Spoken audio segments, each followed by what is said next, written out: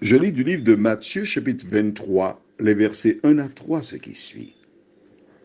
Alors Jésus, parlant à la foule et à ses disciples, dit, les scribes et les pharisiens sont assis dans la chaire de Moïse. Faites donc et observez tout ce qu'ils vous disent, mais n'agissez pas selon leurs œuvres, car ils disent et ne font pas. Notre thème ce matin, c'est faites donc. Prions. Notre Seigneur et notre Dieu, nous sommes heureux en ce soir de revenir vers toi, la source de la vie, et ainsi marcher selon ta parole. Que ton esprit nous aide à comprendre ce que nous venons de lire et que nous avons brièvement ébauché hier, nous t'en prions, au nom de Jésus et pour ta gloire éternelle. Amen. Alors, le verset premier dit, alors Jésus parlant à la foule et à ses disciples. La foule, ce sont les personnes qui étaient là devant lui. Et ses disciples, de qui s'agit-il? Dis-moi. De toi et moi, ainsi que ceux qui en son temps le suivaient. Il donne une indication aux personnes qui étaient là devant lui, la foule, mais aussi il s'adresse à ses disciples. Qui est un disciple de Jésus? En ce temps-là, c'était des hommes qu'il a choisis, comme toi et moi. Des hommes qui le suivaient, qui apprenaient de lui l'essentiel, ce qu'il attendait des hommes, juste comme toi et moi.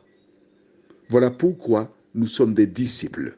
Plus précisément, voilà pourquoi nous sommes des chrétiens. Qu'est-ce qu'un chrétien? C'est une personne qui suit le Christ. Qu'est-ce que cela veut dire suivre? Par exemple, si nous devons nous rendre quelque part et nous sommes 7, nous sommes obligés d'avoir 2 véhicules. Nous allons à la réception de mariage. Il y a une personne qui connaît le lieu de la réception, qui sera dans un véhicule avec des personnes, et les autres qui sont dans la voiture, l'autre voiture, doivent suivre celle qui se rend à la salle de réception. As-tu compris la métaphore? Celui qui ne connaît pas doit suivre celui qui connaît. C'est pourquoi, connaissant un peu la parole de Dieu, je te la présente, je te la montre. Et il te revient, toi, de suivre non pas ce que je te dis, mais ce que tu lis dans la Bible et que le Saint-Esprit te montre. Et ce n'est qu'ainsi que tu arriveras à Jésus.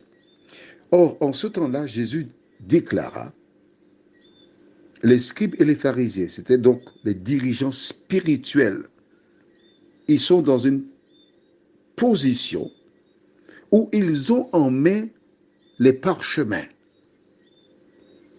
Ils disent ce qui se trouve dans les parchemins, l'équivalent de la parole, la Bible, ce que nous avons aujourd'hui.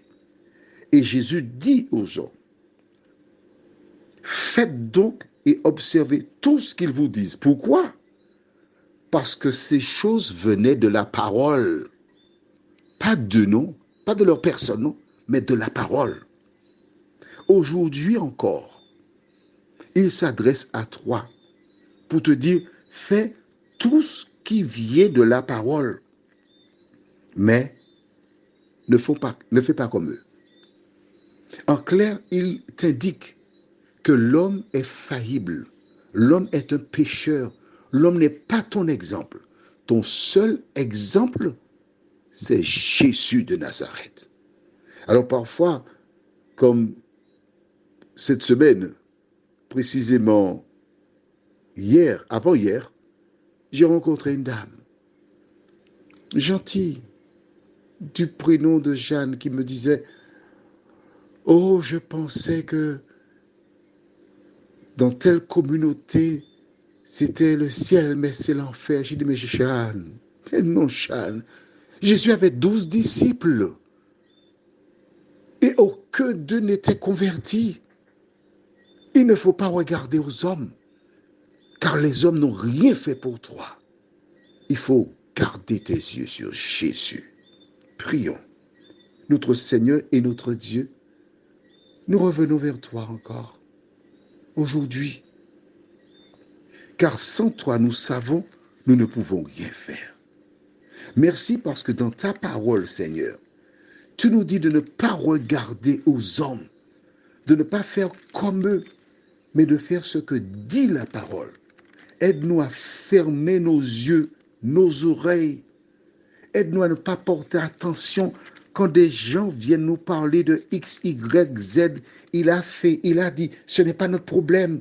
Notre problème, c'est de faire ce que dit la parole de Dieu. Merci de nous éclairer, Seigneur, nous t'en prions. Au nom de Jésus et pour ta gloire éternelle. Amen. Je te souhaite une bonne nuit.